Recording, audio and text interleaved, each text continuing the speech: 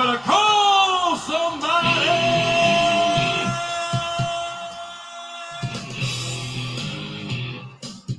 What up? What up? Fantasy Football Hustler back at you. We are bringing you fantasy news today. We got the whole crew back today. We got TD repping Fantasy Good Sports. What's going on, bros? Doing good. Glad to have you back. Yes, sir. Yes, sir. I'm glad to be back. Got to talk about some fantasy. I needed it to scratch that itch. There we go. And as always, in the building, our man Bogard Scott, free repping the GMM Network. Yes. Fuck Travis Kelce. All right. And who's up in the building? Antonio said, what up? I'm ready for some news. Not today, man. Not today. No one's ready for all this. Cut the show out. Cut the show. And Niner said, so I think there is some schedule changes. Yes, sir. So there's been 3 games that have been changed as of right now. And Austin shouting out TD. What's going on, Austin? Thank you for them lineups, man. Last time you gave me a lineup, I hit in it. Yeah. So we got 3 games that have moved. The first game moving is the Raiders-Browns game. It's being moved from Saturday to Monday. Looks like 5 p.m. Eastern time. So going to be one of those early games. I'm excited. A little afternoon action. And then the Eagles and Washington, they've been moved to Tuesday. And the Seahawks and Rams have been moved to Tuesday. One thing I got to remind everyone who might be freaking out, like, oh, the Tuesday games, are they going to count for the week? Remember last year, they fixed it to where it all counted for the week. So let's not freak out. Yeah, it's just an extendo week. And then waivers, they don't run. I mean, they're going to run Thursday midnight now. Not Thursday midnight, but, Wednesday when it turns into Thursday. You know what I mean? So the apps were legit. They're prepped for this. They're vetted because last year this was the thing. And of course, of the games they move, it had to be of this severity. Remember, they tried to put they used getting vaccinated as like, if y'all don't get vaccinated and you get COVID, you're gonna have to forfeit this game. So it scared a lot of the players into getting vaccinated. And hey, what do you know? They're still moving games. That's a great point. And they really just, I'm telling you, big farm and everyone, there's other powers that be that, they're pushing an agenda. And, a lot of people, especially young kids, they look up to these players. And if they're over here talking about, everybody get vaccinated, you know what I mean? Like they want that. It's a bigger agenda.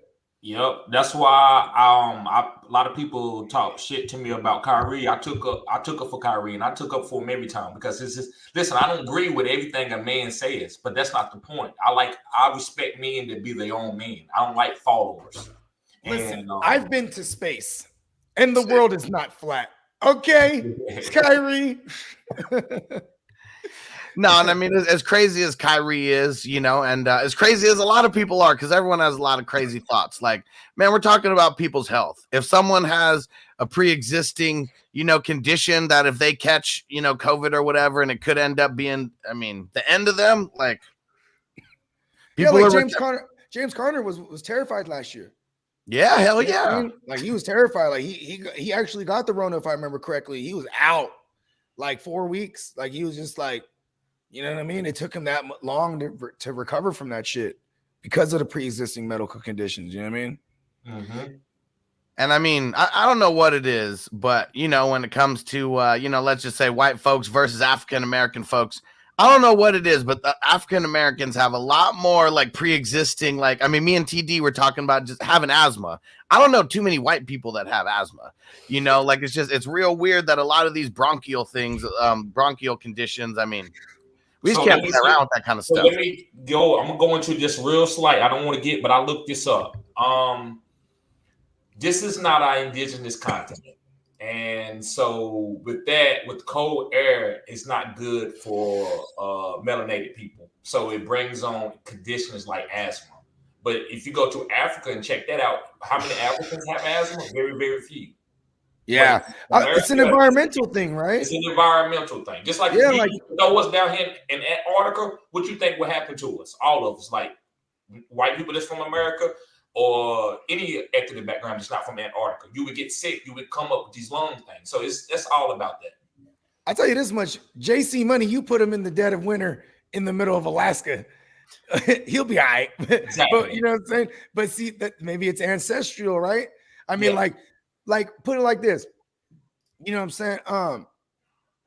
That Africans were removed from Africa and brought elsewhere. You know what I mean? A place where they thrived. And then, you know what I mean? Like, if you think about it, Africans have been in America for 500 years now. Mm-hmm. So hence the term African American, right? Mm-hmm. Even though, like, a lot of African Americans will tell you that is stupid, right? But so can they evolve in 500 years? Maybe not.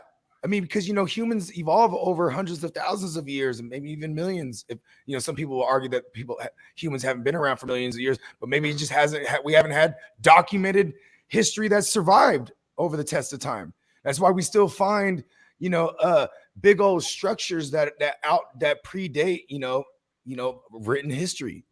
You know what I'm saying? Like so maybe based on those pretenses, that's why people of color and people of melanin, we're more susceptible to these types of viruses and et cetera. Man, I just want everybody to get better. Let's just run down a list of like all kind of the bullshit. I mean, I heard the news about Jadeveon Clowney tested positive for COVID, and then it was like right after that was when they were talking about the game being moved. I mean, Kareem Hunt, he's not even going to play, but he's on COVID reserve now. For the Rams, I mean, that game got moved. They talked about 4 more people got added to COVID. One of them was Tyler Higbee.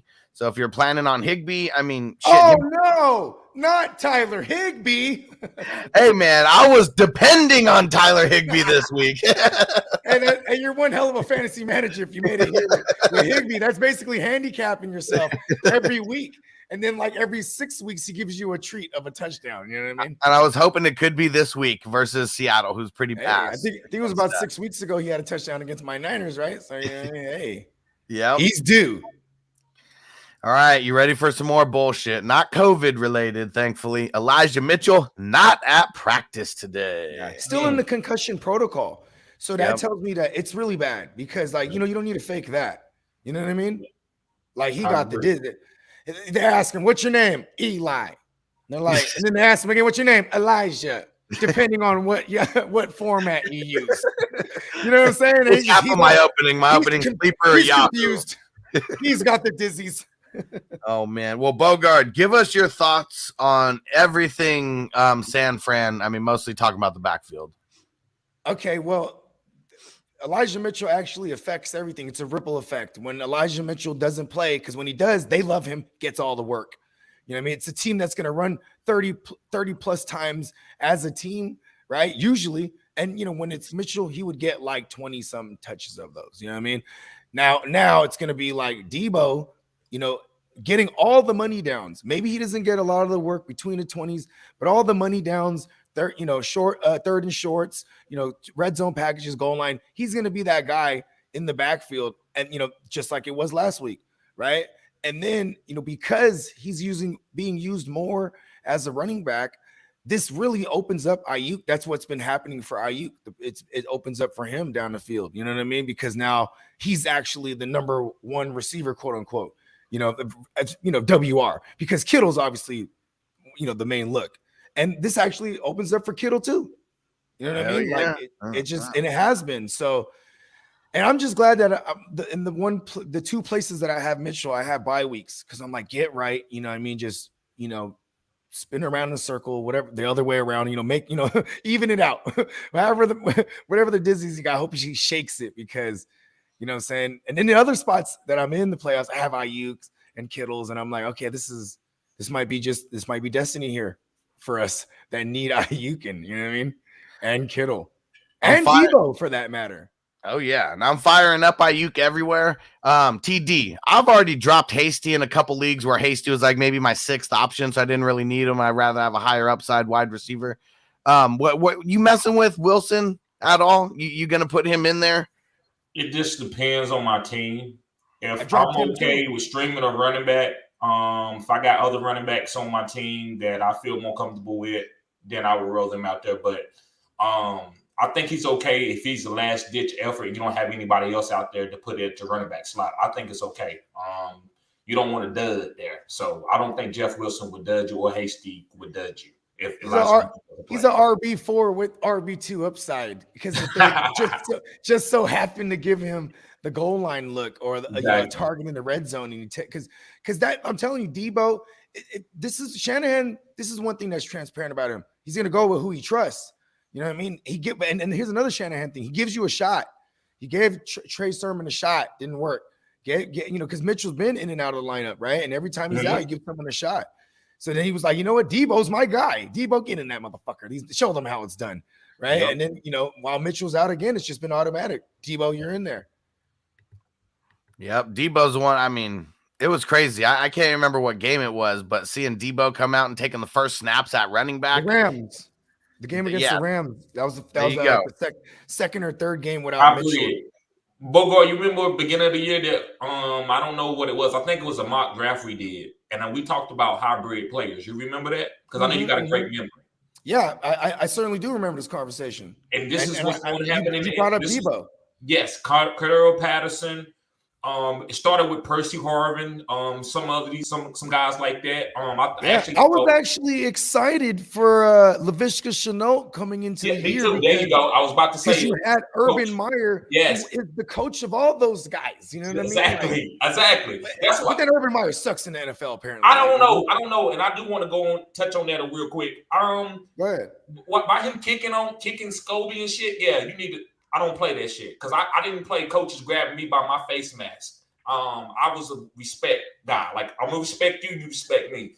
But he's a kicker, so he kicked him. that was weird. If I'd have Scobie, I might would have pushed him or something. Like, you don't kick. Lambo. You mean Lambo? Yeah, Lambo. I'm sorry, not Scobie. Yeah, not Scobie. I'm sorry, Lambo. So I saw a meme and it was Justin. It was like Justin Fields at the podium, and he said, "I have to tell everyone that Matt Nagy kicked me during practice." That's crazy. I love that one. I love it. Shit. But I don't know. I think Urban Meyer was good for him. I don't know what the hell was going on. Was it the offensive coaches or? Well, I don't know why they let him go. I don't know why things couldn't get going. Was it Trevor Lawrence? I just thought Urban Meyer was a great hire. Remember last week, the news that, first of all, this dates back to the preseason. Okay. I remember in the preseason, he was already telling some of his coordinators that he hired, by the way, right? Okay. You know what I'm saying? These coordinators that he hired who have, and these guys, mainly Darrell Bevell. I don't really know too much about the DC, but Darrell Bevell, he was a Super Bowl champion OC for the Seahawks, and religiously had that team in the playoffs, and you know what I mean, like. And then after the Seahawks, he went to Detroit, and then is that as far as Urban Meyer's research went? Because he was like calling them all losers and saying I'm a winner and this and that, and then like I said, going back to the preseason, he told them, "Hey, you guys are all on the hot seat." You know what I mean? Like he wanted to win a preseason game so bad, and I'll tell you this much: I saw a podcast with because Urban Meyer's friends with this guy from ESPN, I forget who. But he had a podcast, so he had him on Zoom. This is before the draft. He said, "Hey, you're going to draft Trevor Lawrence." He's like, "Of course." And then he asked him, followed up. He's like, Trevor Lawrence, he's a winner. You're a winner. How are you? And the dude from ESPN, he was like, "How are you going to get used to losing?" You know what I mean? He straight up said it, and they both laughed. And he's like, I fully understand it's a different game, and it's about building a culture and this and that. And that was coach speak. That's like media training, because he didn't do none of that. Yeah. You know what I mean? He did the opposite.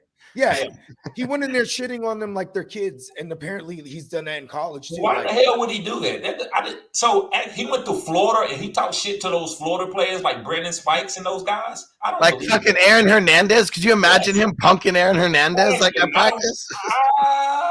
Maybe that's why Aaron Hernandez became a murderer, bro. That's why he pulled out the gun. That's what that picture was actually for. That first one when he had the gun. It's like, I'm about to go kill this motherfucker right now. Get him finally. It's just been boiling up in him, bro. Dude. And we're making a joke about it, but I mean, if you have he's like a father figure to these like college kids, and like, man, like that's no joke. Have bad fathers, man. Yeah. I mean, like he might, what's funny is like a lot of those kids that are coming out and saying shit, man, like this, like, you're supposed to look back, and those are supposed to be like your father figures and mentors that you can, that you can go back and visit. And you know what I mean? Like a lot, there's some of these stories are like, man, fuck that guy. Yeah. Like winning does cure everything, but it's like if you're not winning, all that yelling and shit, bro. Somebody's gonna I'm gonna shank this motherfucker. I'm like, fuck that. You don't talk to me, bro. Yeah, you can't be talking. I mean, how he's a winner. I'd say wipe the bitch off you when you're talking to me like that, bro. I bet he didn't start talking about being a winner until they won that one game. And then oh yeah, we won one. We won one. I'm the winner now. You guys could have done this. Another one that was crazy too is like, he took a lot of liberties. Like they lost on a Thursday night game. Then he's like, all right, then y'all, I'm gonna go to Ohio though. You know what I mean? Mm-hmm. Yeah. Like what the fuck is that? Like, oh, because you got like a mini bye week because you have 10 days till your next game. Like you got to get right to it. This the NFL. You know what I mean?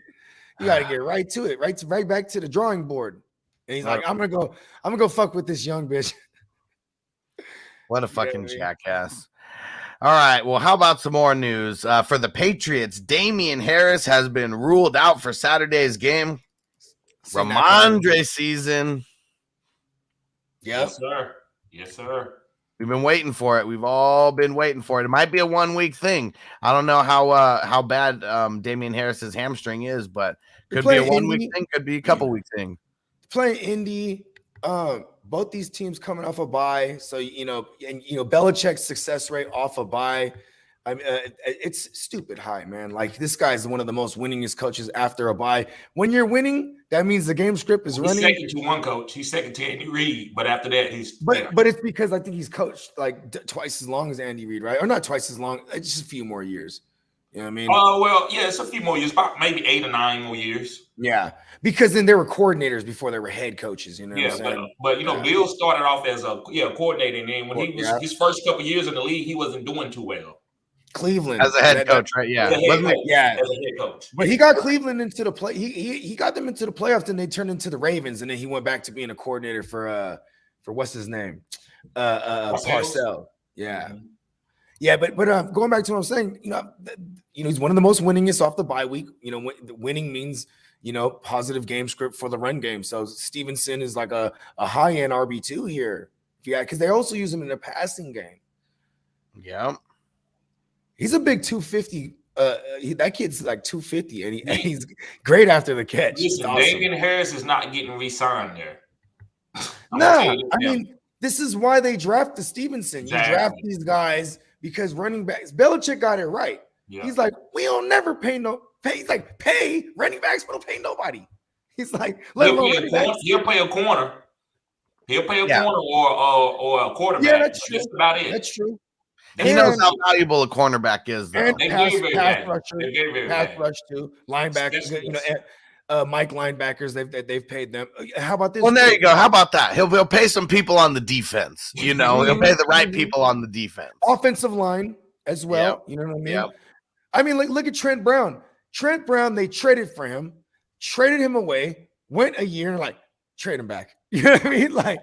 You know what I'm saying? And when they traded for him back, they brought on the contract that he brought over from the Raiders. You know what I mean? Yeah. So it's like, we wouldn't pay you, but you got paid. You know what? Come on back. Yeah, they paid you the front load money. We'll pay you the salary. Exactly. And we'll take the rest of that contract off. Yeah. And then you got to play. Bill's a savage, man. Bill don't give a damn about nobody. He's like, yeah, and because you know what? I mean, think about it. His whole family, his wife left him, all that shit. He chooses football. You know what I mean? And then now you got a young bride. She's probably like a robot for real. But listen, I mean, that's why I love Any Given Sunday. You remember Al Pacino when he was talking to the answer machine service? This shit is for real, guys. If you love football, look how we got to go against our family trying to do fantasy football. You know how our family is with fantasy football, so imagine real football. So yeah, these guys, they devoted to their craft. I mean, it's a fucking corporation. It is. You know what I mean? Like each team, and I mean, you look at some of the teams that are historically ran well. Pittsburgh. I guess can we say Green Bay? And you can say Cowboys too. Cowboys. I mean, because there's different variables here of why organizations are good. Yeah. Like Pittsburgh's good at keeping a solid coach, having a winning a winning culture, and you know what I'm saying, taking care of theirs. A lot of homegrown players, right? Then you have the Cowboys. The Cowboys will put you in position as a player in life. You know what I mean? Because when you have that star on your helmet, now you can get other opportunities everywhere. Yes, and, sir. and like, of course, like, we're 25 years removed from them being Super Bowl champs, but so are my Niners, and that's another great organization historically, right? Then you have teams like Washington, where like a guy buys the team one day, and this guy's a piece of shit. You know what I mean? He's not a football guy. You know what I'm saying? Or Khan, the Jaguars, it's a guy, he's into everything. He's like, I like wrestling, I like football. You know what? Let's put some swimming pools in the stadium. That'll be awesome. You know what I mean? Like, when, it's kind of weird. He's not quite the football guy. Like, he's more of trying to do things for a draw. Like, hey, you know what? Let's move the team to Europe, man. You know what I mean? Let's once a year we're going to Lundy. You know what I mean? And then, or like, bring in Urban Meyer. Now in hindsight, we can say that was stupid as fuck. But Urban Meyer's a draw. We're gonna read the head. I can see the headlines now. Jacksonville Jaguars.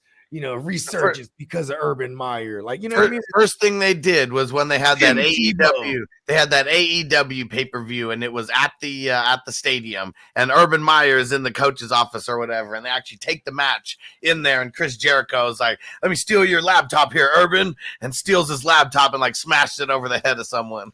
Yeah, I love it. Jericho's innovative because, a laptop, that won't hurt that much, but it's a big mess. It shatters. You know what I mean? Yeah. And Patrick, he said, "What's up with the postponing of games this weekend to next week?" So the Browns Raiders game has been moved to Monday, and then the Seahawks Rams has been moved to Tuesday. And what was the other one? Washington Eagles has also been moved to Tuesday. So for fantasy, it's still going to all count under the same week. It's just happening on different days. It's the extendo week 15. You know what I'm saying? Hey, this is like, I swear that for people that are praying to the fantasy gods, if you needed certain players, this gives you a chance. So yeah, it's all y'all's fault. You know what I mean? Because what is it? They only need one negative test. That's what TD was telling me. They changed the rule to just one negative test, not two. Because now they're testing daily again. I heard too, right? On top of the mandated masks and everything, because that's what they were doing. But last year, everybody getting tested every day, all kind of fucking Q-tips in their nose and shit. Yep. And now they realized, even with the vaccine, they should have been doing that the whole time anyways.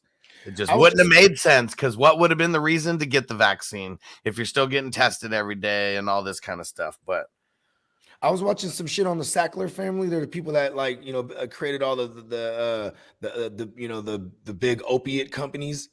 You know what I'm saying? Like they made OxyContin and all kind of shit, right? Going all the way back to the motherfucking 50s, right? But these Bill Gates. Well, these guys, they got in like the 2000s, they got hit with like criminal charges because in the 90s they were running ads where they were like, yeah, these things aren't addictive. You know what I mean? Mm-hmm. It's this is America. We have a history. The sick of it comes with the thing. It's a scheme. It's a scheme where something's gonna fall out. But listen, if I make 50 billion, I don't mind paying out 3 billion. Exactly. Yeah. That's nothing. That's potatoes. And then if they get charged with some criminal charges, they're gonna be in the Hamptons of jail, and they're gonna get they're gonna have the best lawyers and be able to like fight it all the way to Supreme Court. Whereas even when they do time, it'll be time served. And you know what I'm saying? They'll be able to post whatever type of fucking bail. You know what I mean? And Big BS, he said Dope Stick, watch it. So he said on Hulu. Okay. All about like big pharma stuff. Mm-hmm. I saw that earlier. I put it up there, but I didn't read it out because we were talking. And David said Super Draft Extra. Well, I mean, I'm assuming Tuesday is now going to be NFL. I would only assume, because every time they do these contests, it's like they always put it out 24 hours in advance. So I bet we get some NFL on Super Draft Pro. I like how they do that. Because you know what, DraftKings I do like what DraftKings were like. Motherfuckers would set their lineups like on a Tuesday, and then like if they're not tracking things, they might leave players in there. They don't do swaps. You know what I mean? Shit like that. But yeah, so this is dope because you know what I'm saying. And the contests are concentrated. So even though they're concentrated, still grueling. Like I didn't win shit last night. Yeah, me neither. I didn't have Kelsey in. Needed to have. I had Kelsey in one, but I went like Darrell Williams in another one, and I didn't go Tyreek Hill, because that's what it was. You had to play the extreme chalk, and avoid Mike Williams maybe. You know what I'm saying? Like, yeah, it had to be like Mahomes, Herbert, Allen in the champion, maybe, or Kelsey in the champion. You know what I'm saying? Guys like that, like Tyreek Hill is the champion. I hate the single game slates. I love multiple games. I like multiple games. I love it all. Actually, I'm a degenerate. If we're flipping the coin for money, bro, I'm throwing money down, bro. Heads or tails, bro. I remember on Full House way back in the day was when Joey and Jesse or something were like competing at everything, and they were like, oh no, it was Jesse and Danny whooped his ass at pool and was a pool shark and shit. Then they start playing darts and they whooped his ass in darts. And he's like, all right, spin in the chair. Spin in the chair. Let's see who can spin around the chair more in 10 seconds. That was a great show. That's some degenerate shit right there. Just got to win at anything. I really had, because of that show, I had a deep appreciation for Bob Saget. I told you I went to go see him one time as a youngster because I had a homie that worked at the Improv. So we should just get tickets all the time. You know what I mean? Like, or even just get let in. You know what I mean? And like Bob Saget's hilarious, bro. Yeah. That guy's. Did you see him on Half Baked? Yeah. Yeah, hell yeah. What's the famous line? Say the famous line, Bogard. Yeah. I almost don't want to say this because then I'm gonna be printed for life. What is that? It's all weed. He's like, weed. He's like, you ever suck dick for crack? I have. I seen him. I never knew he was so funny like that. I didn't know he did like rated R comedy. And so here's the thing: in the '90s, right? In the '90s, if you were a comic, you know, comedian, stand-up, whatever you want to call it, you know, comics in this case, right? If you're a comic, you know, you got sitcom deals, and that was his sitcom deal. You know what I mean? Okay. They're like, all right, you know, and we're gonna hook you. You're a widowed husband, and we're gonna stick you with, you know, your Jewish comedian buddy Joey Gladstone. You know what I mean? And you know what this was too? It was just a series play on Three Men and a Little Baby. Like, we've seen this already. That's basically what it was to the extreme. Except they added 2 more babies. Yeah, 2 more babies. And then, you know, and also he's the host of a hit TV show in Frisco, right? So it's like you have this dad who's like, you know, a single dad. He's like a kind of celebrity figure. You know what I mean? And then you have the brother, what's his name? Uncle Jesse. He's an aspiring artist. You know what I mean? Has a band. They leave him. And then he has to be like, you ever notice that he was Jesse Conklin at one point? They're like, you know what? We need to rewrite him and revamp him and then make him more Greek.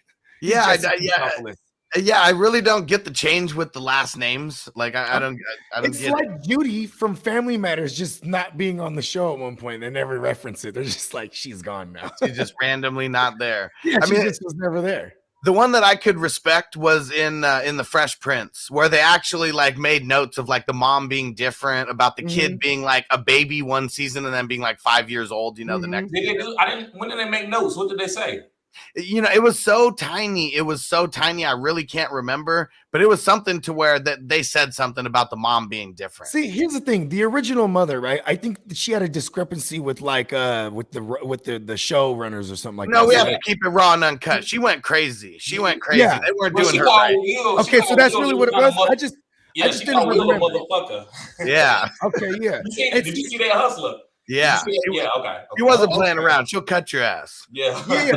And see, here's the thing: is like I think she was doing the character right. Like she was a scholar, a strong Black woman. She was a thespian. Remember, she did like the ballet and all the, remember that? And she still kept it hood. I remember when she pulled off her earrings when she was gonna fight. She was still keeping it Philly. Yeah. And then they switch it. They switch it to because she was supposed to be from Philly. That's right. Yeah. But then they switch it to the light-skinned Vivian, and then she's like a stay-at-home mom, and just like kind of like I'm hella rich, prissy. You know what I mean? So that way it kind of related better to Hillary because it was like the airhead, prissy daughter. You know what I mean? And hella light-skinned, and you know what I mean. Hillary was just kind of bad on the low. She was in Playboy, remember? I didn't know that. Well, in the show. Okay. We've had this whole conversation about Hillary before. Yeah, we have. And we referenced the Playboy. Okay. And you know what was really, this is what bothered me about that episode. In the end, the issue comes, and the issue comes in the mail, and then Uncle Phil and Will, and they opened it, and then like it's the weather girl, but so she has like the clouds and weather stuff blocking her stuff. Then they turn the page and they're like, oh, but it's like, why are you looking at it? You know what I mean? That always is weird to me. You know, Well, what I 'cause mean? it might have You're been the dad someone- and the cousin. We'll see, because it might have been someone else. Oh, okay. Because I mean, the way that they said it, it was like it's supposed to be a whole array of like weather women. So maybe she only had one picture in there, but it does leave that open to the imagination. Were they looking at her, or were they just looking at Because the they other? look like they enjoyed that too much. Like, you know what I mean? Like, and They definitely did. In character, that's just weird. Like, They both said hallelujah. right. All right, that's enough of that tangent. All right, how about some good news? Broncos, Javonte Williams back at practice. I think we just fire him up. If he plays, I'm not sitting him. Listen, I'm gonna die with Javonte. If I die, it's with Javonte. I'm sinking with the ship on that one. He's been too good. Give me some Aaron Jones, because we might have some AJ Dillon appearance this week. I heard Aaron Jones didn't practice yesterday. Yeah, he's back at practice today, and it was a stomach bug, is what they said. So the same thing that hit TD a couple days ago had Aaron Jones sidelined as well, but he's back at practice today. Yeah, he had to go boo-boo. I must need to be a millionaire then.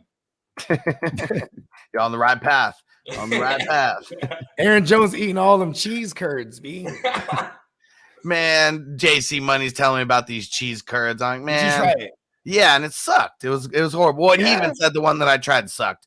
But then, like we're not in Wisconsin, Minnesota might try to do it. But he was like, if it doesn't squeak, it's not the shit. And like then he brings a cheese curd, and I was like, I don't hear it squeaking. He was like, yeah, this shit sucks. Wow. Cheese squeaking. I did not understand. I didn't question it.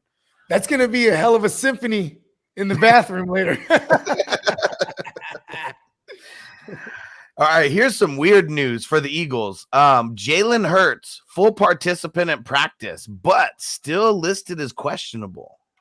No, remember, this is we were talking about this the other day on the show. This is what they do nowadays. A couple years ago, they removed probable, because you could have been a full go a couple years ago. Then they'll have to list you as probable, right?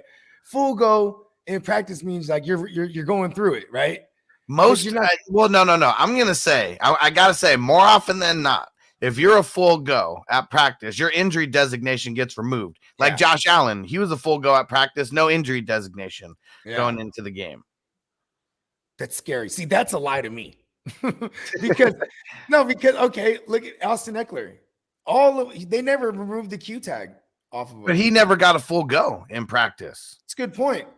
I mean, we've seen this pop up a couple times this year. That's what I'm saying. You know what I mean? Like Ricky Seals-Jones last Friday. He was limited Wednesday, limited Thursday, full go Friday. Didn't get removed from the injury report, but they said he's going to play. You know what I mean? Yeah, and they still haven't. They're very non-committal on. They haven't said he's playing. He's the starting QB, anything like that. That's all I'm saying. You guys just better get ready. I like the Ginsu. Like if you're in a super flex league, this is probably where you have the Ginsu, right? Because I mean, it's not like, unless you're in like a super deep single QB league, right? You know what I mean? Because I'm saying like this is a good matchup. We want the QB. Even a hobbled Hurts is a solid play here. He's back in QB1 type shit. Like Washington's all the way fucked up right now. Yeah, well, I mean that's why they had to freaking move the game, change everything around. They had to get everybody on IVs. You know what I'm saying? You know what's crazy is like this is the most unified we've been as human beings. You know why? Because there's no segregation or prejudice with this shit. You know what I mean? This shit gets everybody. Hell yeah. Isn't that ironic? We should be more unified than ever, right? That's what happens to humans, man. Whenever we go, like the war, like all the wars that we've been in, we came together.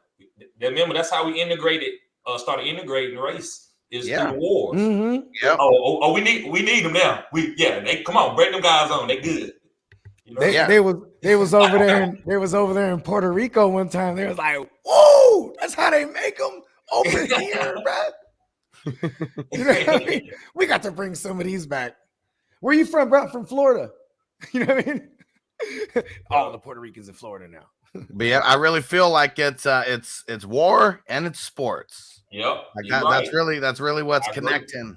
Yep. For sure. And also pandemics, stuff like that. Yeah. Maybe Yeah. this one definitely separate. I mean, I don't know. It made me get closer with certain people and definitely made it easier to break apart from others. That's one thing I'll say. And I ain't gonna lie, like it went like, you know, like the whole like invite list got cut like 3/4. You know what I mean? Yeah, it was like it wasn't just anybody anymore. It was like the people you really wanted around.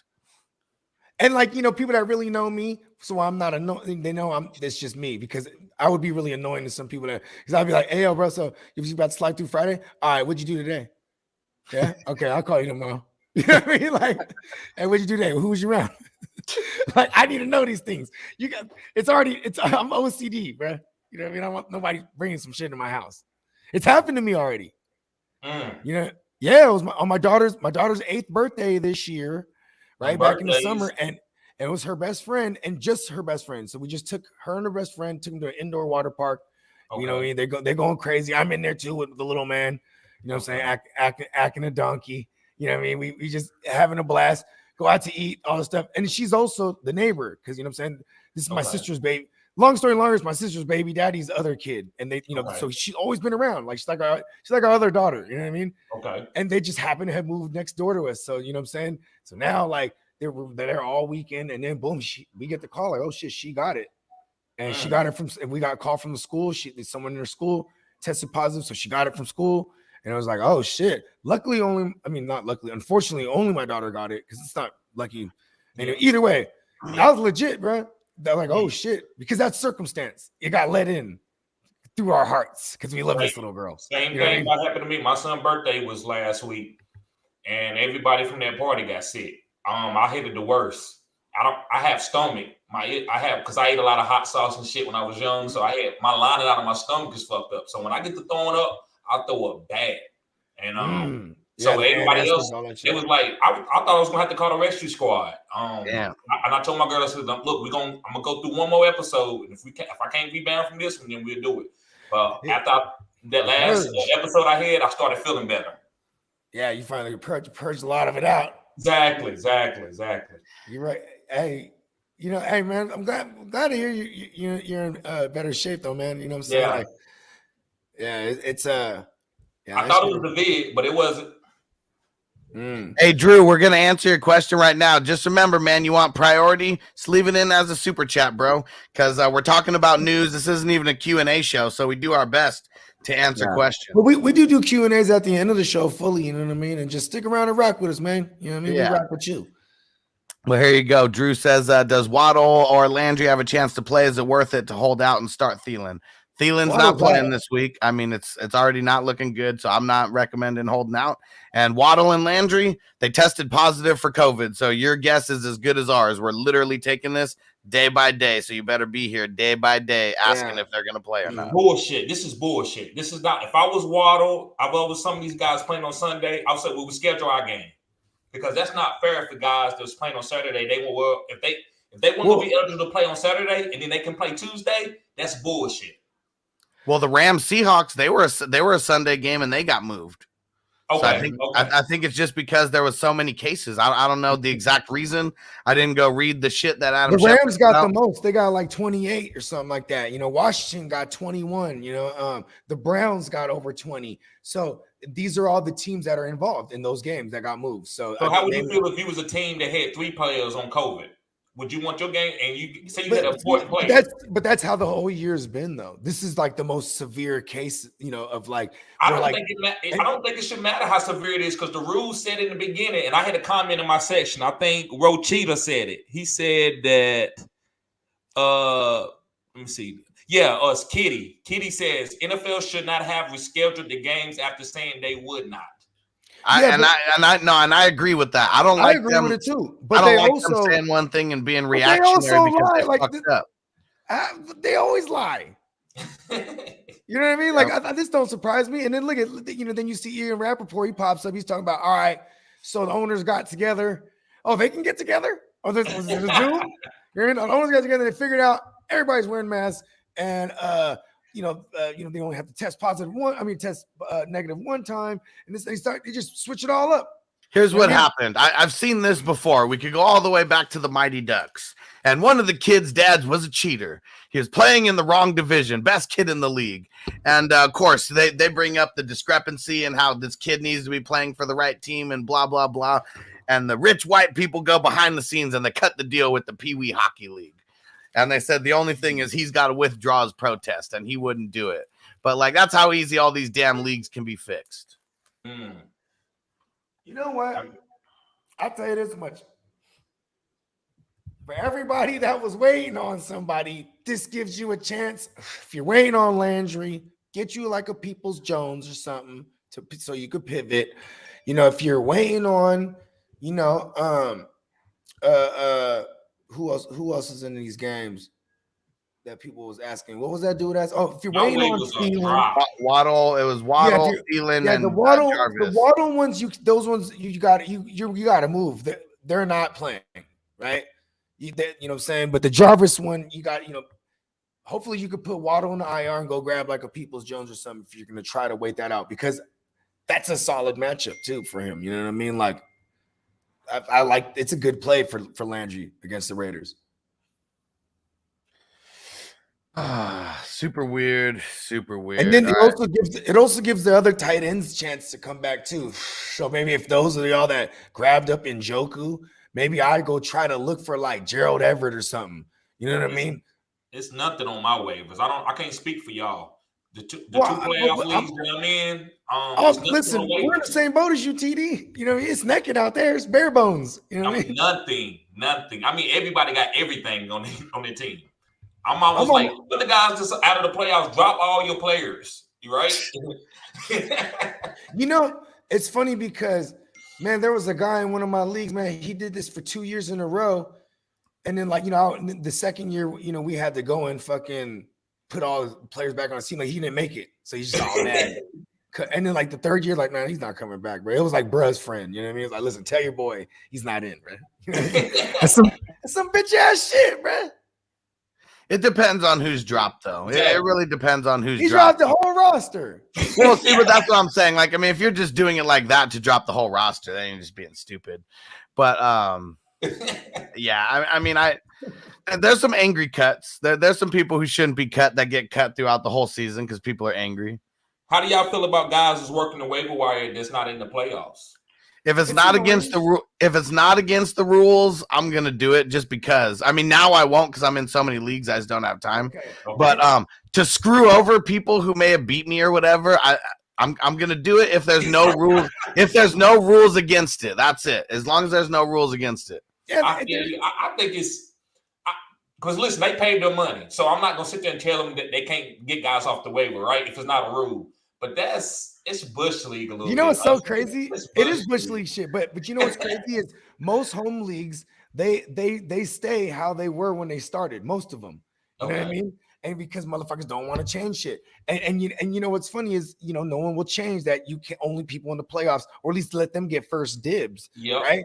See, I mean, so here's another thing. In a lot of the home leagues I'm in, it's the only leagues they play in. These motherfuckers, they value, like, especially Yahoo. I'm only speaking for Yahoo motherfuckers. They value their rating. You know what I mean? They're I'm fucking diamond, bro, or I'm fucking platinum. Like, and then they want to keep, because the W's are what it still adds to it. So they just keep trying to play. Fuck that Yahoo ranking. That's saying what I'm saying. It's it don't mean nothing. It doesn't. You play against fake people. Hey, I always get on my homie Wise Man. That's my man. Because he was like, when he first started coming on the show, he'd always be like, yeah, you know, I'm the Wise Man, you know, diamond analyst on Yahoo. It's like, no. I love my man, the Wise Man, though, but it's just funny because it's like, if that's the only world you know, you value it certain ways. So they don't see no problem in that too. It's not against the rules. Like a dude grabbed Rashad Penny, and he was the seventh in the priority. And then like when I was sixth, right? Because I'm the sixth seed, and I'm just I was the fifth seed. So I'm waiting. You know, I'm two behind this guy, and then this guy's not in the playoffs. And then here's my man who's the sixth seed, who probably thought he was gonna get it, right? He's like, man, why the fuck do you pick up Rashad Penny? And then in my head, I'm like, hell yeah. You know what I mean? Just as long as if I didn't get him, fine, none of them got him. just in case. He's one of those he's one of those darlings. He's just in case he's 2018 Damian Williams. You know what I mean? Where he just comes on the scene in December and just fucking wreck shop. You know what I mean? Man, I fucked up so bad that in one league, I didn't even know that I made the playoffs. I swore that I lost in that Hard to Start league. I ended up winning the match right at the end, and I snuck my ass into the playoffs. You didn't know you were in? You had Kelsey going crazy because you referenced it yesterday. I thought you were talking about that league. No, I was not. So in actuality, you have 3 Kelseys tearing it up. You won already. I didn't realize it until someone told me. Well, I didn't play Keenan Allen, so that kind of sucked. I left Keenan Allen on the bench. Damn. But last week I beat you, and I had Dalvin Cook on the bench. Like, man, this is one that's a different league. That was a different league. Oh no, that was the dynasty. That was the dynasty. I'm the number 1 seed in that league. So same crew. But you know what I don't like though is that you're letting Kev get back in here. I just went through a grueling matchup with Kev to get the 1st seed, and now you're trying. At least you got Kelsey to make up for the 2. What Kev? What league is that with Kev? That's my man Heart to Start Kev. Oh, okay. Shout out to my man Heart. Shout out to the whole Heart to Start gang. Yeah. Fellas. Me and Hard to Start Kev. We got a big one going right now. Yeah, I thought you were referencing that last night, and I was just keeping quiet because I'm playing one of y'all. You know what I mean? That was a different one, so I forgot. Here's another one where I'm the 6th seed. Got Kelsey, snuck in. It's getting crazy. It's getting hard out here. It really is.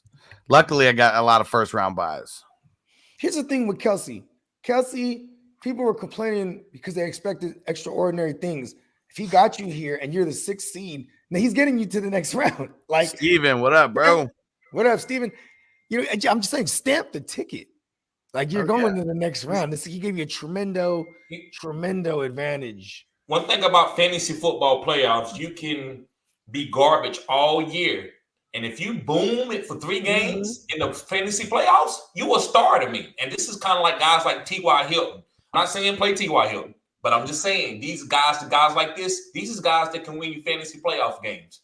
So, it's all about these 3 weeks right here. I don't care what you've done until now.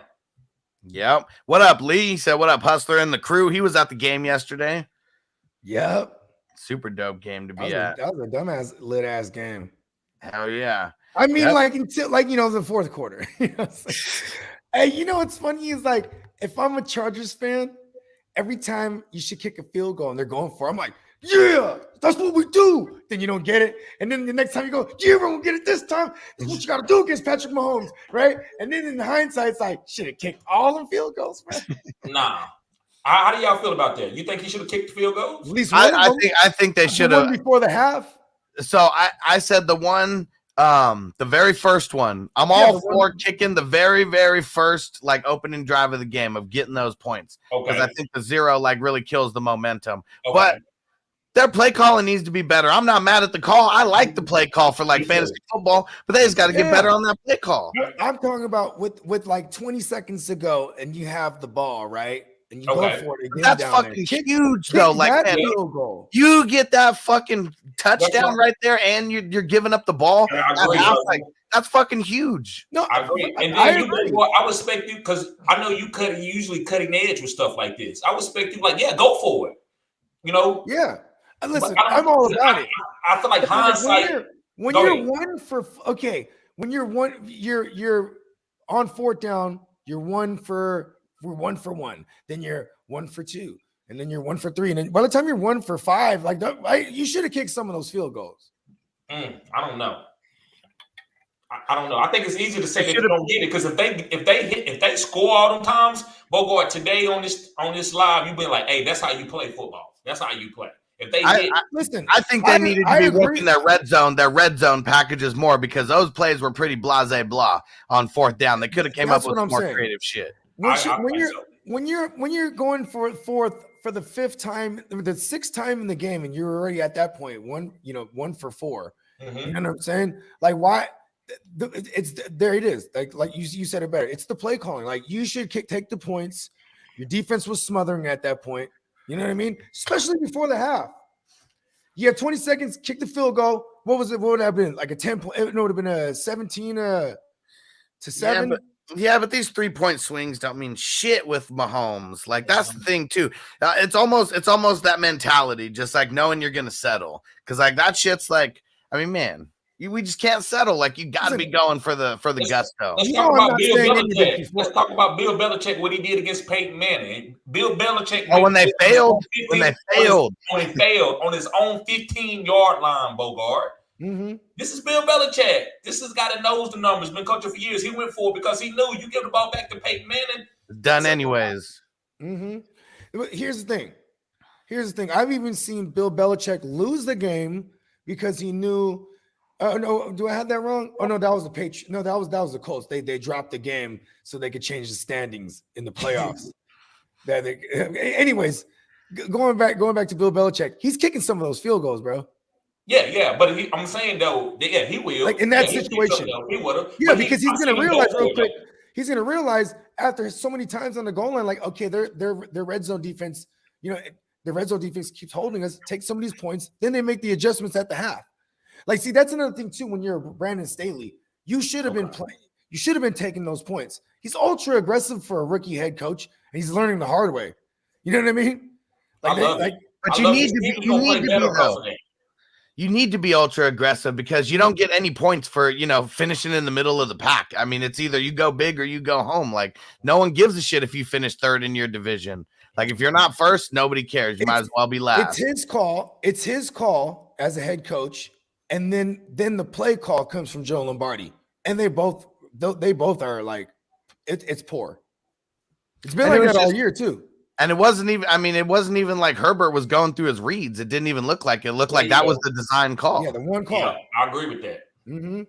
And what's funny is like, second year for the young QB. It's already the second system. You know what I mean? Maybe it's like, how come this far into the year you're not giving them plays to check out to? You know what I mean? Like, you know what I mean? Is the system that intricate? He had Drew Brees running that system for years, so that it's highly intelligent QB. I'm just saying, like, some of the play calls, especially when running the ball is working. You know what I mean? Yeah, that's where they fucked up. They get on a fucking 1st and goal on the 2, then they throw it 4 times instead of trying to run it at all. Yeah. I mean, and you have Eckler, who has a nose for the end zone. Yep. Yeah, so that's really what it was. It was like they were trying to catch him off guard, but they kept doing the same shit. And they went to Mike Williams like 4 times on that first, or 3 times out of the 4 passes. One time it was in triple coverage. But he is building character for Herbert, though. He's building a tough ass quarterback, and this is basically he's imprinting his team by doing this, Bogart. So imagine when these guys Herbert's been in the league 4 years. This is gonna be a deadly type team, bro. This is gonna be cutting edge. This is cutting edge. He might not. Staley probably got 1 more season. That's just how it be with these young kids. It just depends on how Justin Herbert develops. If Justin Herbert keep doing this, Staley's gonna be there. And as of right now, I mean, unless the Chargers go on some like crazy losing streak, they're still going to be in the playoffs. They're just not going to be the not going to be the division champ. I'm just okay. Right now, they're still in the 5th. They're still in the 5th seed after that loss. Yeah. But yeah, they always fail when real money's on the line. It always happens. Herbert, he just got to grow. He's the 2nd year in the league. Give him time. He had a little bit of a Kaepernick-ism in that the second pass of the game. He just put way too much mustard on it and just went right through Mike Williams' hands, bro. And you know what's funny? Keenan Allen. Same thing with Keenan Allen a couple times. Yeah, he just hit right off of Keenan Allen's hands. He got to learn the touch. Very accurate though, but like I said, the Kaepernick-ism because it's just like one speed. You know what I mean? Mm-hmm. But I have seen him put touch on the pass, so that's what I'm saying. He was just hyped up, bro. Like you could tell that first, like I said, the second pass attempt of the game, they were already down there in the red zone and went right through Mike Williams' hands, just a fucking laser. You know what I mean? Laser beam. And Vanessa's got a question in here. Another week of shitty QB questions. Pick 2: Tannehill, Bridgewater, Hill, Newton, and then also Judy or AJ Green.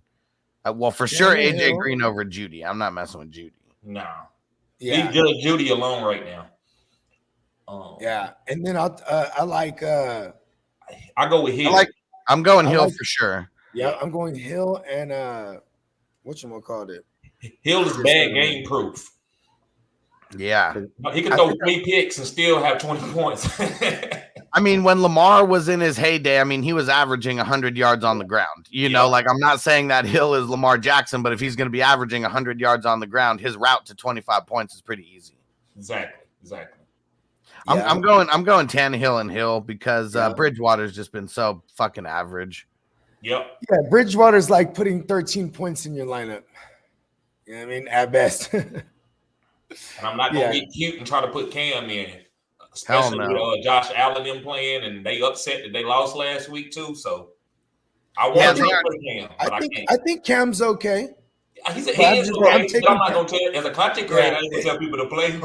No, fuck no. I'm just saying, I'm just saying because the game script's going to have him throwing the ball. Is it going to be good? Probably not. You know what I mean? But it could. You get what I'm saying? He could volume himself. You cannot fuck with Cam at all because they already said it's going to be him and PJ Walker both in the game. They've already said this. But ain't he going to play running back, no hustler? Kind of like, ain't he going to get the goal line carries? I don't know. He didn't get none last time. Like they pulled him out and left PJ in there for a while.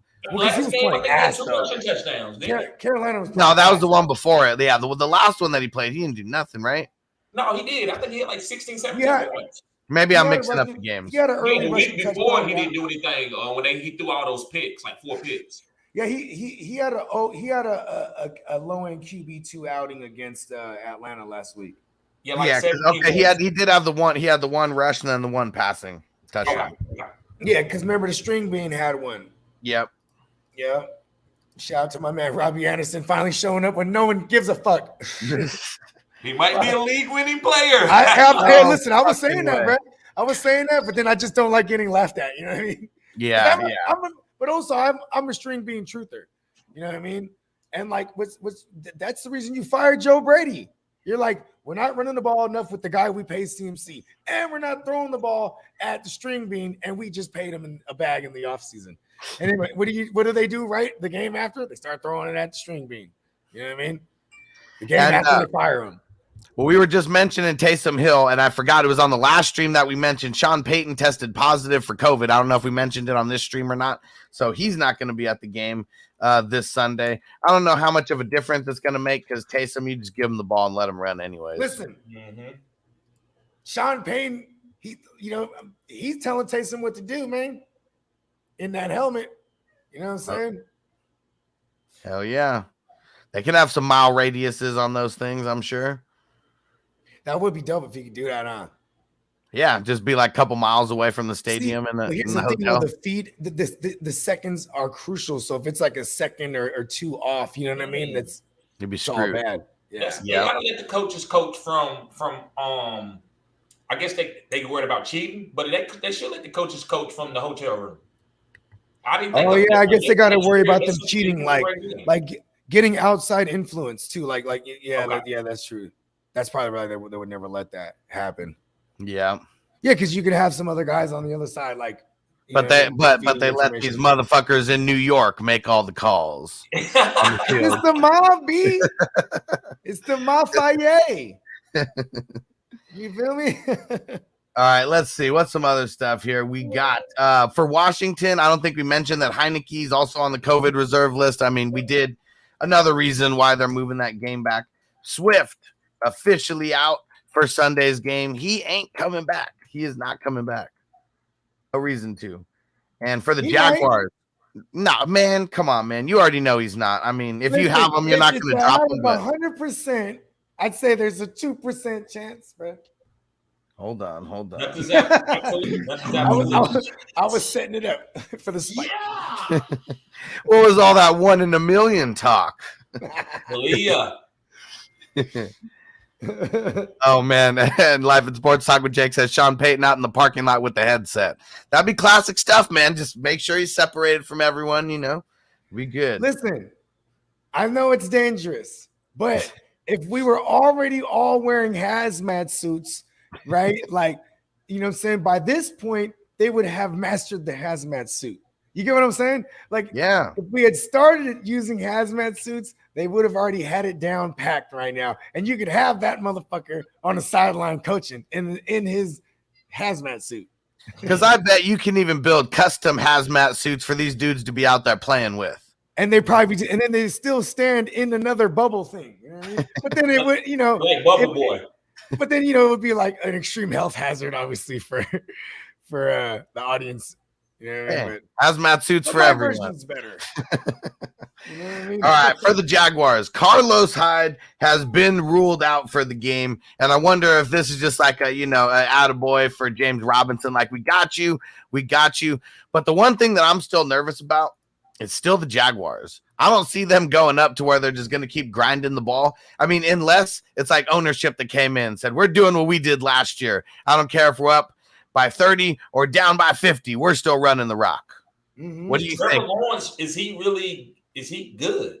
I mean, I hate to say it. I mean, you can't see the pattern and stuff. I saw it. I saw the glimpses in the NFL where I've seen one where he looked off a safety and then made an incredible play down the field or rolling to his right and then throwing across his body, and you know what I mean. Like I've seen that, but then there's also like the mishandling snaps consistently, and you know what I mean. Like there's all kind of like horrible shit, but it's all shit that he can improve on. So when you see, but Jaguars are ass. The Jaguars are ass. Their line is ass. Their play calling's been ass. Remember, we said though he was one of those guys that's probably doomed from the start. You know? Hell yeah. Do you think the play calling is really bad, no hustler, or hell yeah, it has been. They haven't been getting Robinson involved early and often. Like, I mean, that's the biggest thing. Okay, I want to say this. I was moderately excited for Lawrence because he had Darrell Bevell there, because Darrell Bevell was the OC with Russell Wilson. You know what I mean? And Russell Wilson as a rookie was awesome. They leaned on the run. They play action. Russell Wilson. I'm sorry, I know. might be wrong for that one, but he's not Russell Wilson as a rookie. Russell Wilson as a rookie was one of the best quarterbacks. But here's the thing. Here's where I was wrong about everything. I didn't know that Urban Meyer was like a straight dictator and not let Darrell Bevell like do his thing. Because look at what they did. Darrell Bevell was like, all right, we got a young QB. You know what we're going to do here? We're going to bring in my man Marvin Jones because he was always reliable for him in Detroit, and brings him over, right? Because this is now you have a veteran receiver for Trevor Lawrence. You know what I'm saying? You have you have your slot guy who I thought would be like the Doug Baldwin role. You know what I'm saying? Or the Golden Tate role, because these are all guys that were with Darrell Bevell, right? And like Percy Harvin. Yeah, and exactly, or like Percy Harvin, and then you had, a DJ Chark, and he dies like the first two set plays of the year. Man. Exactly, a lot. You know what I mean? And then you have just all the fuckery with not running James Robinson. That's Trevor Lawrence's rookie year. I'm not discounting that kid. It's also like the Jags are just doomed. But like Darrell Bevell is gonna run the ball like hell. Like that's what he's gonna do. Yeah, they need to. That's the way that you take the pressure off a rookie quarterback is running the ball. Robinson is good, no hustler, but I don't know if he's what Urban Meyer wants. I don't think he's fast. I don't think he's explosive enough. But Urban Meyer's gone though, so that's why. Yeah, I'm just saying in hindsight, we was talking about what the play calling was. Oh, yeah. I don't know. I think he came and was like, "Who's James Robinson? He's a 5th, 6th round pick. No, he's undrafted." Yeah, undrafted. Yeah, he treated him like that, and he's like, "Bring in my man Carlos Hyde. He's a winner." Exactly. And they just like he was top liver or something. And they really tried to work in Carlos Hyde a lot. It's fucking annoying. Like, see, Urban Meyer's a dumbass. Shut the fuck up for life, Urban Meyer. Oh man, let's see what other news we got here. 30-second tape.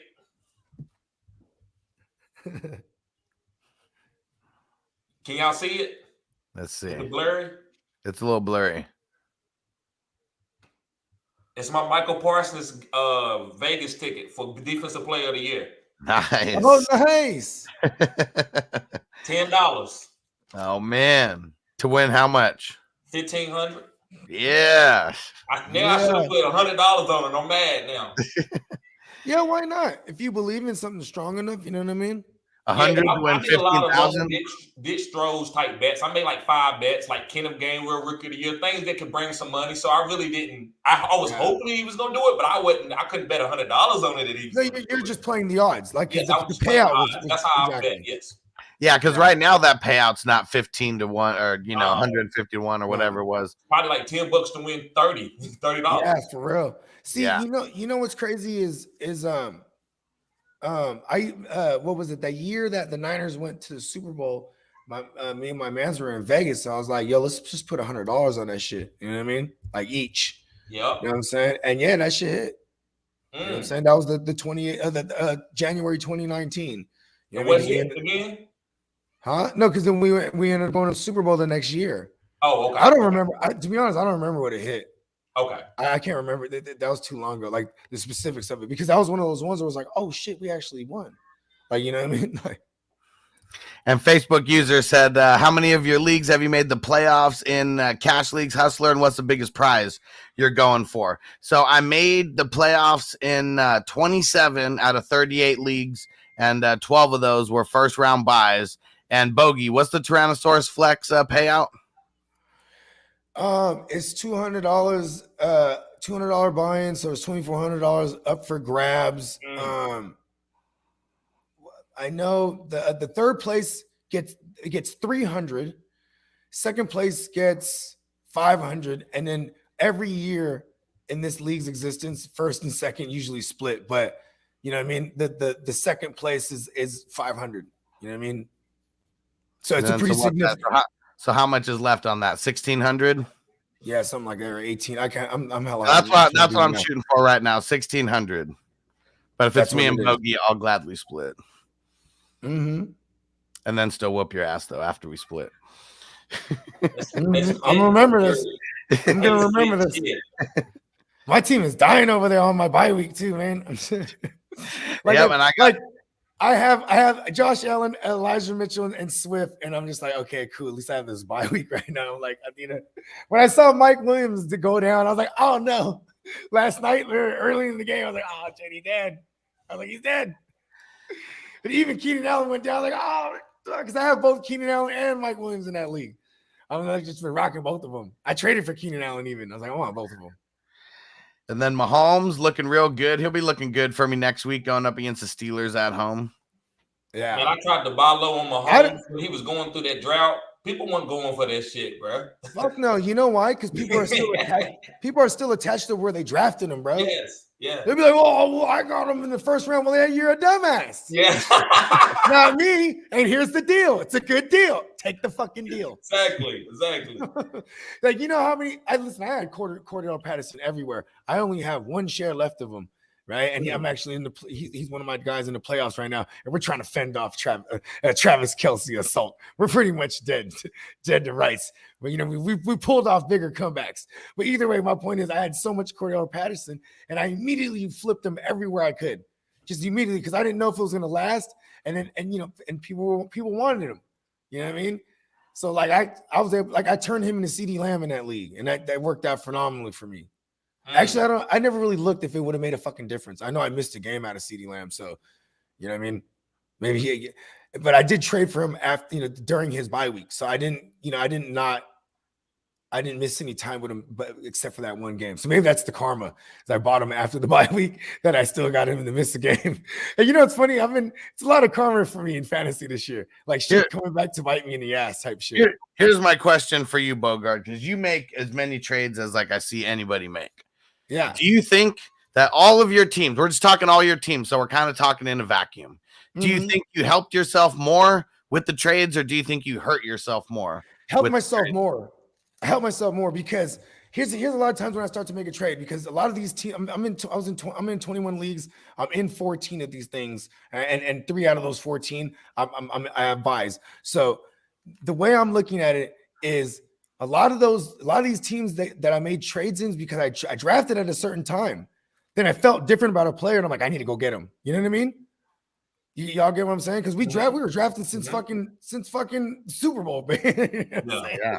Like we just drafting motherfuckers. You know what I'm saying? And you go through different phases of who you like, where you're positioned at in your draft. You start building little routines in certain vacuums of time. You know what I mean? Like. Then some of those leagues. So I made a lot of those trades in those leagues. And then also once the year gets going and I start seeing trends I look ahead at schedules, like, oh, I want to get Nick Chubb. He's about to have like a 4-week stretch here where I could throw him in. He's going to eat tough. And then I go buy Nick Chubb off on a bad week. And then I have him for because that's during the year already. You know what I mean? So I think it's tremendously helped me because how about this? In one of the leagues I'm in the playoffs right now. I traded Aaron Jones and Antonio Brown for Devontae Adams when Devontae Adams had COVID. And then this guy never got to have Antonio Brown ever. You know what I mean? Like, because he was just, at the time, he was like limited in practice. Then they saw him with the walking boot. But I made the trade in time. And then Aaron Jones went on to get hurt and then missed a couple weeks. Then, you know what I mean? So it was just like, yeah, that definitely helped me there. Then in that same league, I traded for Austin Eckler.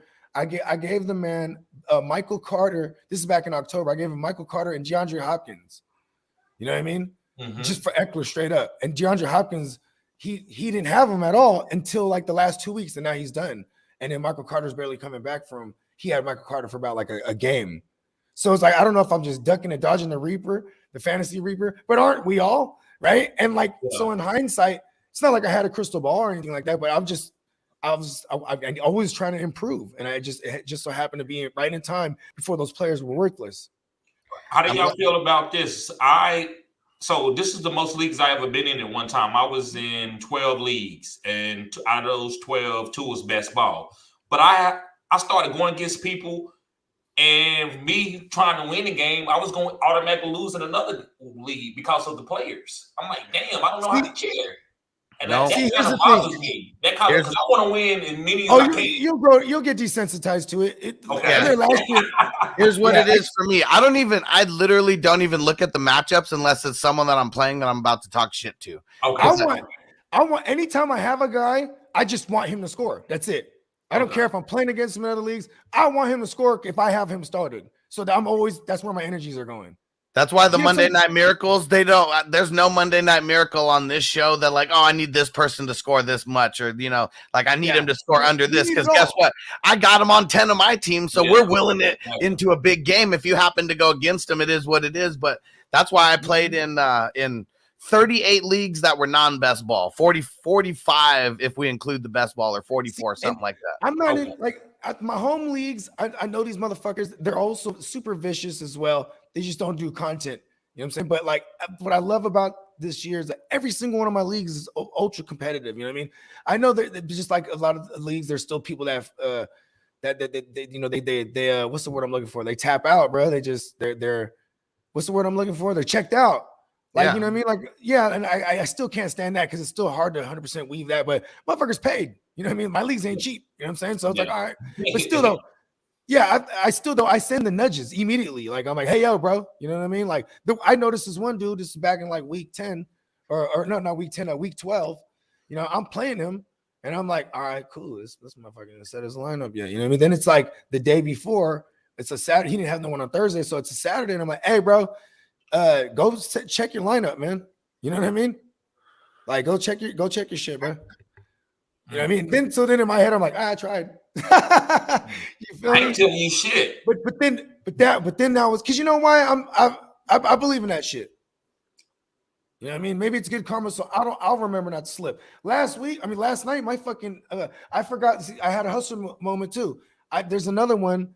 Actually, I'm in 15 playoffs. I didn't know I was in one, and I left Palmer in that motherfucker. I left him my lineup from last week on that, and because I have Keenan, I did the same thing as you. At least Palmer had the one, and I have the Herbert stack. So at least, but now I just burned the whole spot, and I'm playing against a Dalvin Cook, Cooper Kupp team. I'm like, oh, I'm dead. You know what I mean? It's like that's another thing too. Is like managing all these leagues was very routine. Anything that goes wrong in my routine, like my routine on a Thursday, is the hour before the game. I'm going to go through every one of my leagues, make sure all my Thursday guys are in a proper spot, not a flex or you know what I mean? Yeah.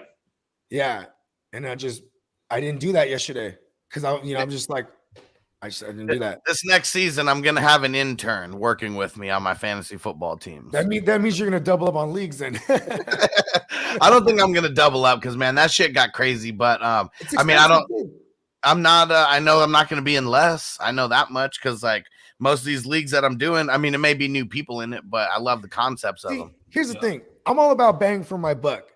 And like time is money. So when I looked at the fact that I literally spent $2,700 in total of my leagues, right? This year. Yeah. Like that's how much I spent in total in all the leagues. Right. But when I'm in the beginning of the year, when I'm making that decision, like adding another league, I'm like, okay, this is bang for my buck. I'm gonna get 4 months to try to compete for 10 grand plus. You know what I mean? Yeah. Like that sounds okay with me. You know what I mean? That's what, yeah. And I agree with you. And I gotta raise the price of my leagues, man, because it's not worth it for me to go to all this year just to win $250, which I'm not in the playoffs in some of those leagues, but that's not enough money for me. So I'm not trying to raise. Go ahead. In our 14 team super flex, right? Mm-hmm. This is the one I do with the analysts every year. I hate saying analyst. That sounds so whack. Anyways, it's $150, and I do it like most of my leagues. I didn't do this in the TFL, Huss, but most of my leagues I do the 2 side purses, right? So it's $150 buy-in, and then $150 goes to the longest winning streak in the regular season. Another $150 goes to the most point totals. So that means it keeps people engaged throughout because they still have a chance to do something, right? At least win their money back. And then the payouts are nice still. You can still pay first place over 1,000 because first place got to be 1,000 and up, bro. Like it's like, you know what I mean? Like it's got to be at least a stack. You know what I mean? And see, that's what's tough. And it's not that I don't want to get in leagues like that. It's tough finding people that are that serious about it and with the money. Because most of the leagues that I've been in, or at least that I'm creating, they're between $50 and $100 just because that's what people can really afford, but they want to do multiples. Yeah, I'm not playing $1,000 league next year. Are y'all down? Say it again. We've had this $1,000 league redraft. We've had this conversation. Yeah, as long as everyone's paying. Yeah, I mean that's the hard part is making sure that whoever gets. I'm not even gonna do a draft if I ain't got all the money, right? Because it's too much money on the line for that. Yeah, that's like, that's one of those ones. I'm gonna know the people that we're bringing in got money. You know what I mean? Like I'm not even sending the invite to like this is not for everybody. Nope. This is like handpicked even. Like, you know what I mean? Like, okay, we know this guy got some bread. It have to be. Yeah, you know what I mean? It would probably it's gotta be real. It's gotta be a real degenerate. Exactly. And then have money. We have prerequisites for this league. You know what I'm saying? Yeah. That's a thou wow. But I know that we got a couple people who are probably watching on this show who want to get into something like that. Mm-hmm. Yeah. I know J-Mac said something about he wanted to get in one. Oh, yeah. J-Mac is a savage. Like, man, I think he got into maybe like 5 or 6 of just the Hustler Dynasty leagues. And then, like, man, I mean, in a whole bunch of the best balls, like, hell yeah. He said he's going hard this year to see how much he can bring back out of all these leagues. Yeah, he said he did too many. He said he did like 76. Yeah, that's like Francisco status. Like my best ball year was it was when it was called draft. I don't know what they call it now. Do they still call it draft? It's an app. I remember, but this is like back in 2015, I think it was. But man, I used to just get in like $1 one, $5 one, $10 anytime I had free time. Yeah. I probably spent like I was in like 40 of them that year. You know what I mean? And I won a couple of them. And it's just best ball, right? You just draft and it plays out itself.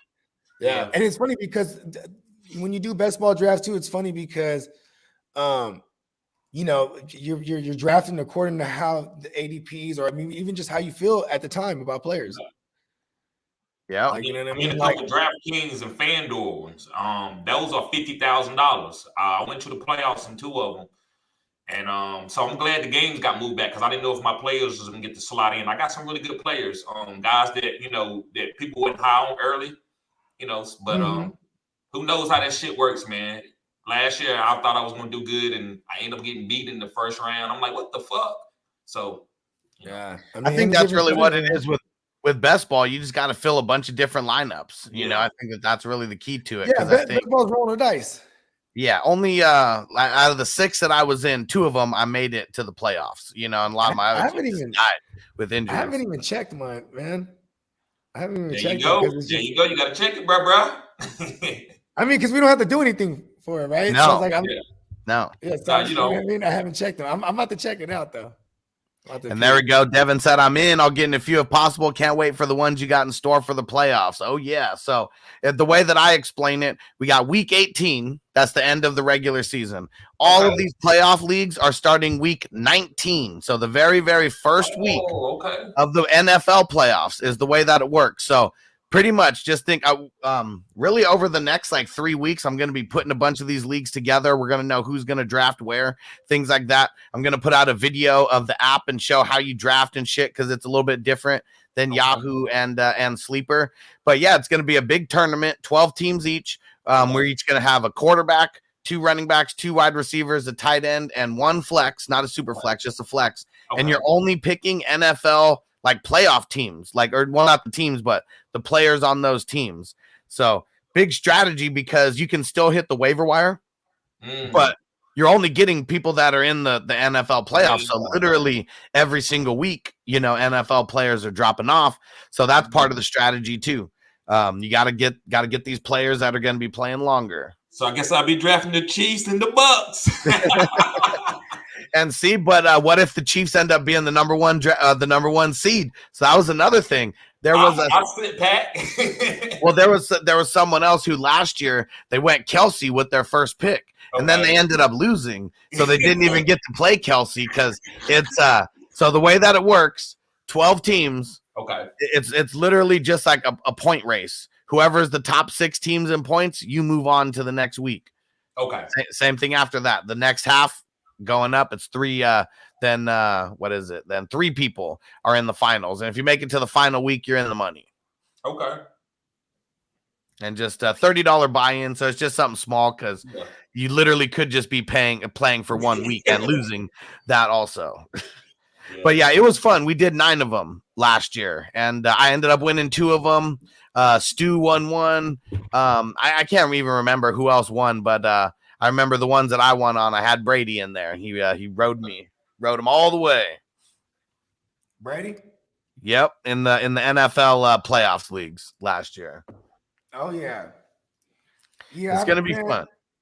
I came in second place in a lot of my playoff leagues. We use Fantrax, and that's where you can do it's basically like a battle royal. It's everybody versus everybody all the way to the end. You know what I mean? Yep. It's regular. It was a super flex, but we had a bunch of IDP spots, so it's like you could still keep plugging in guys.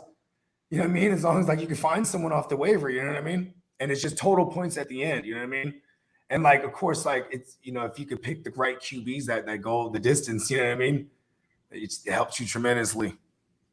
Hell yeah, I'm going to actually start setting up these leagues right now. And so the way that you hold your spot into these leagues, because you're not going to have to pay until a few days before the draft, but you got to be a Patreon member or you got to be a YouTube member, one of the two. You got just, like the fantasy footballers, you get into their football clan leagues, you got to be in their crew.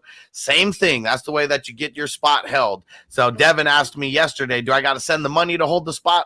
Nope, he's on Patreon and on YouTube. So literally you just got to be on one. You can get into as many of these leagues as you want. They're $30 a piece. You still got to pay that, but get your spot reserved in as many leagues as you want. And how many spots you fill in? How many managers per league? 12. Okay. So if you play in a league where you want me to host a league for you guys, I could do that as well. I could still be in it if you want. I don't have to be in it or whatever. But once it's a lot easier to duplicate this league after creating the settings. It's hard as hell to go through and change all the settings and shit. I'm doing it on my fantasy league. Okay. It's kind of annoying, but it's kind of annoying because they have so many different settings that you can change. But Sleeper and Yahoo, they don't even offer this yet. I'm saying though, that's why we use bum ass Fantrax, bro. Yeah, you're using bum ass Fantrax. I mean, but people like Fantrax. It's like people love Flea Flicker. People, there's a lot of obscure ones. I'm like be with the cool kids. You know what I mean? Yep. I swear Sleeper will operate if we sent them if hella email. If they got hella people that message them about it, bro, they probably would create it. Yeah. We got to start bugging them. I've been too busy too. And Manny T says in a 12 team PPR, which two would I flex? Devonta Freeman, Mooney, Dearness Johnson, and Jordan Howard. Mooney and Freeman. Yeah, I guess. Yeah. No Allen Robinson. Mooney's playing against Minnesota. They've been giving up the most fantasy points to wide receivers for the past for the whole year. On the year, they're the worst. Yeah. I go with Freeman and Mooney. Let's see. Freeman. Green Bay's actually they're going to be down Frank Clark, Kenny Clark. Yeah. So you know what I Yeah, mean? Like that's their best run stopper right there. Yeah. And the Doe said I need to get into one of those leagues. I hate playing with people that lose interest after a couple weeks or just don't know how to play.